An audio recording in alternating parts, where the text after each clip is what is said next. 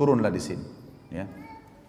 Dan di sini aku akan meninggalkanmu. Ibrahim alaihissalam setelah mengucapkan kalimat itu teman-teman sekalian, membalikkan untahnya mengarah ke Palestina. Cuma itu kalimatnya. Saya akan meninggalkan kau di sini, tinggallah, saya akan pulang. Enggak bicara yang lain, langsung arahkan untanya.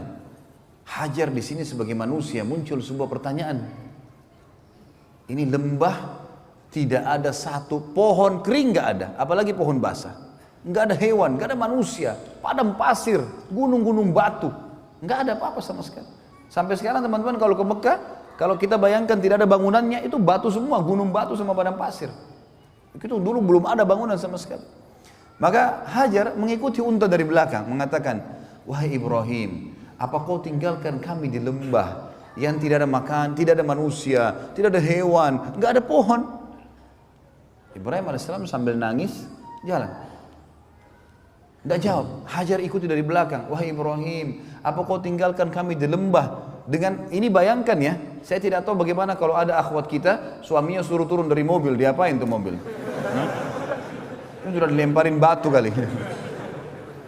Ini sudah diletakkan, tak ada sebab, enggak ada penjelasan, masih ikut. Wahai Ibrahim, kenapa kau letakkan, dengan santun, kenapa kau letakkan kami di lembah? Enggak ada manusia, enggak ada hewan, enggak ada pohon. Ibrahim AS sambil nangis jalan di atas unta. Yang ketiga kali ditanya, wahai Ibrahim, kenapa kau letakkan kami di lembah? Tidak ada manusia, tidak ada hewan, tidak ada tumbuhan. Ibrahim enggak jawab. Jalan. Ibrahim ini sebenarnya alaihissalam bisa jawab, tapi berat buat dia karena istrinya disuruh oleh Allah tinggalkan di situ. Dan keterangan pun pada saat itu sebagian ahli sejarah mengatakan belum dijelaskan kepada Ibrahim alaihissalam kenapa istri dan anaknya disuruh taruh, tapi Ibrahim patuh. Nanti juga kita ambil pelajaran bagaimana waktu Ibrahim alaihissalam disuruh menyembelih Ismail. Keterangan cuma mimpinya sembelih anakmu. Enggak ada keterangan yang lain ini. Enggak ada keterangan nanti kalau kau patuhi nanti akan saya ganti dengan kambing. Enggak ada. Pokoknya perintah kerjakan. Sama Musa alaihissalam, kita ambil pelajaran dari para nabi luar biasa. Disuruh angkat tongkatnya cambuk ke Laut Merah. Musa tidak tahu ini air mau jadi terbang kamu apa. Pokoknya perintah Allah cambuk tongkatmu. Tongkat ini biasa dipakai untuk mengurus gembalaannya. Tongkat kecil. Musa alaihissalam patuh, lakukan. Orang mukmin begitu. Kerjain dulu, nggak usah nanya kenapa. Kenapa duhur sama asar 4 rakaat, kenapa Allah protes lagi? Kenapa nggak dikasih jam 2 saja 4 rakaat sekali? Yang membuat, yang menciptakan urat sarafmu, mengalirkan darah ngalir situ, itu yang mau. Ciptakan langit dan bumi, patuh dulu sebagai hamba. Kalau ada hikmah, nanti hikmah itu melengkap. Kerjain dulu. Masa sekarang kalau antum lapar masih bertanya kenapa saya lapar? Hah? Makan dulu kan? Nah iya, hilangkan dulu laparnya. Nanti kemudian baru kita mencari tahu apa hikmahnya dan seterusnya. Yang jelas Ibrahim alaihissalam nangis karena Ibrahim cuma tahu perintah Allah, antar istri anakmu di lembah itu, turunkan, tinggalkan. Belum ada informasi apa-apa ini. Ibrahim alaihissalam lakukan. Makanya waktu Hajar tanya, apa yang mau dijelaskan? Perintah Tuhanku hanya suruh taruh kamu, selesai. Tapi Ibrahim berat katakan. Lalu kata Hajar alaihissalam, ini bukti keimanan yang luar biasa. Kata ulama, ini bermula daripada awal panen pahalanya Hajar yang sampai hari kiamat akan ada. Dia mengatakan apa? Allahu amaraka bihada. Sebentar Ibrahim, apakah Allah yang perintahkan kamu mengerjakan ini? Ibrahim tidak nyaut apa-apa, cuma nganggukin kepalanya. Gak bisa jawab. Hajar dikatakan dalam riwayat dengan suara yang merdu, dengan suara yang santun mengatakan, idzan la yudayyi'ana. Kalau begitu Allah tidak akan membiarkan kami. Artinya pulanglah Ibrahim, pergi kemana saja. Saya akan tinggal sama anak saya di sini. Di lembah teman-teman, tidak ada kehidupan, tidak ada manusia. Tapi ini keimanan yang luar biasa. Suami istri yang punya iman yang luar biasa. Ibrahim alaihissalam pulang sambil nangis. Di tengah jalan tentu dia berdoa. Ya Allah, aku tinggalkan keluargaku di sebuah lembah, enggak ada manusia, enggak ada hewan, enggak ada, dikatakan dalam Al-Quran, biwadin ghairi dhi zara', di sebuah lembah yang tidak ada dhi zara'. Dhi ini teman-teman, dalam bahasa Arab atau zu, digunakan untuk menunjukkan sesuatu yang melampaui batas. Misal ada orang pintar sekali, zaki dikatakan dalam bahasa Arab. Tapi kalau orang itu super pintar dikatakan zu zaka. Orang ini punya kepintaran melampaui batas, luar biasa. Digunakan untuk itu. Apa kata Ibrahim? Saya meninggalkan keluarga saya, Allah, biwadin ghairi zi zara. Di sebuah lembah tidak ada zara, tidak ada daun batang pohon kering, nggak ada. Tapi kata Ibrahim, inda baitikal muharram. Tapi di tempat lokasi rumahmu yang mulia.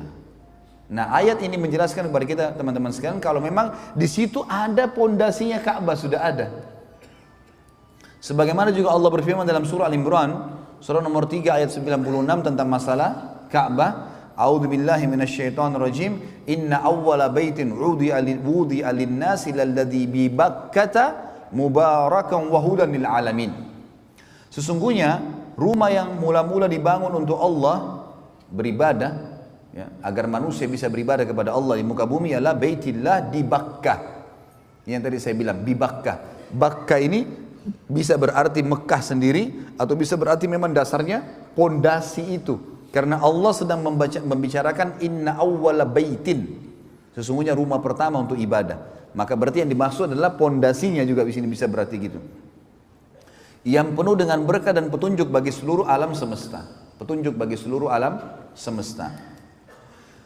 Kemudian teman-teman sekalian, setelah Ibrahim AS berdoa begitu, Ibrahim melanjutkan banyak tentu dalam ayat Al-Quran, ya, yang dikatakan ya Allah, mereka untuk mendirikan sholat, mereka untuk menunaikan zakat, utuslah kepada mereka manusia-manusia yang datang kepada mereka, ya, supaya bisa hidup, jangan mereka sendirian gitu.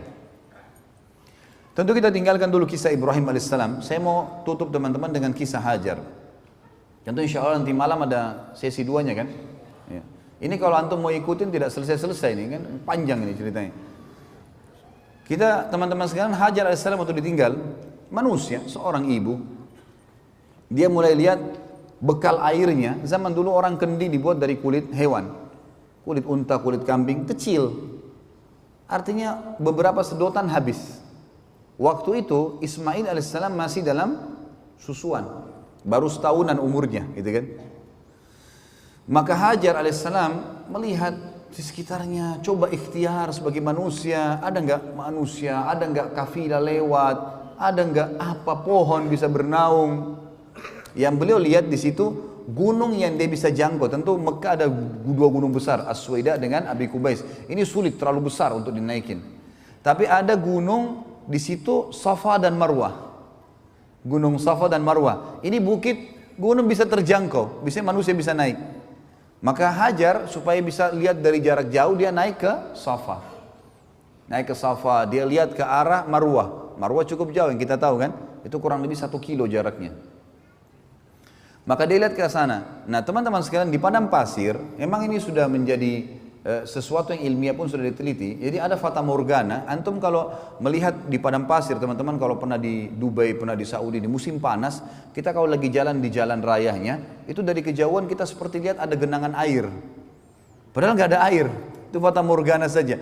Jadi itu rupanya pantulan dari wilayah lain yang ada air dengan cahaya matahari, dengan hikmah Allah SWT tentunya. Maka Hajar alaihissalam lihat ke arah gunung Marwah. Beliau lihat di sana ada genangan air, pantulan dari tempat lain gitu. Maka Hajar alaihissalam melihat di sekitarnya semua padang pasir, di sana genangan air di Marwah. Dia turun dari gunung Safa menuju ke Marwah. Di tengah-tengah lembah, beliau berlari kecil untuk membantu dirinya supaya bisa naik ke Marwah. Naiklah ke atas. Naik ke Marwah nggak ada air. Dia balik lagi arah matanya ke arah Safa, dilihat di Safa ada air. Turun lagi dari Marwah ke Safa, di tengah-tengah lembah lari lagi untuk naik ke Safa. Begitu terus sampai 7 kali. Dan subhanallah, karena keikhlasan Hajar alaihissalam, ini yang saya bilang teman-teman, kadang-kadang pelajaran seperti ini jarang disinggung.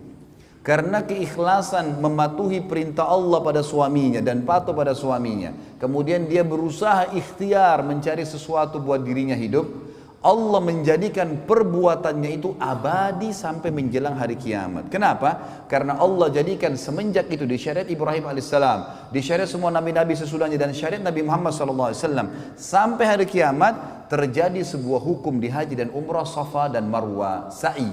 Artinya setiap orang yang sa'i dipanen pahalanya oleh Hajar alaihissalatu wassalam. Saya subhanallah setiap kali sa'i, saya melihat orang, ribuan orang. Sekarang di Masjidil Haram 24 jam. Tidak pernah kosong tempat sa'i itu. Sampai dibuat 3 lantai. Ada lantai basement, ada lantai 1, ada lantai 2-nya. Ya. Itu sampai penuh semuanya orang sa'i. Saya berpikir, berapa banyak pahalanya Hajar alaihissalam.